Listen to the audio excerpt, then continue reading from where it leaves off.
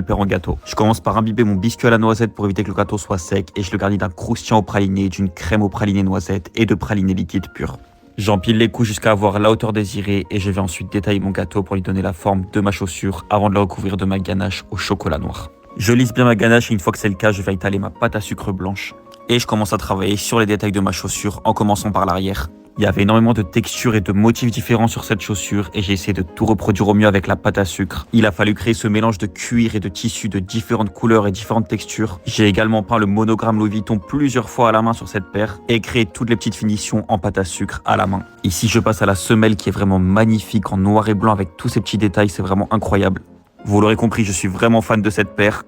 Vient ensuite ma partie préférée, ce qui va terminer le travail, donner un effet waouh à notre chaussure. C'est les lacets en pâte à sucre que je viens créer un par un et disposer sur ma chaussure comme pour le vrai modèle. Et après plus de 25 heures de travail, voici ma nouvelle paire, la LV Trainer noir et blanc.